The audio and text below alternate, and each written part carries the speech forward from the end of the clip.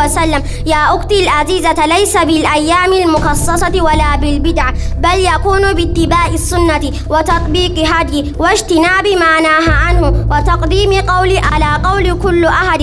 الله سبحانه وتعالى يقول في محكم تنزيله قل إن كنتم تحبون الله فاتبعوني يحببكم الله فالاتباع أصدق دليل على المحبة. ኢማሙ ማሊክ ረሂመሁላህ እንዲህ አሉ። በእስልምና ውስጥ መልካም ናቸው ብሎ ወይም በዲላ አዲስን ፈጠራ የፈጠረ ሰው ሙሐመድ ሰለላሁ ዐለይሂ ወሰለም መልእክተኛነቱን ከዳ ወይም አልፈጸመም ማለቱ ነው።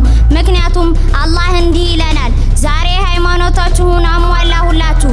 ታዲያ በዛን ዕለት ወይም በነብዩ ዘመን ዲን ያልነበረውን ነገር ዛሬም ዲን ሊሆን አይችልም።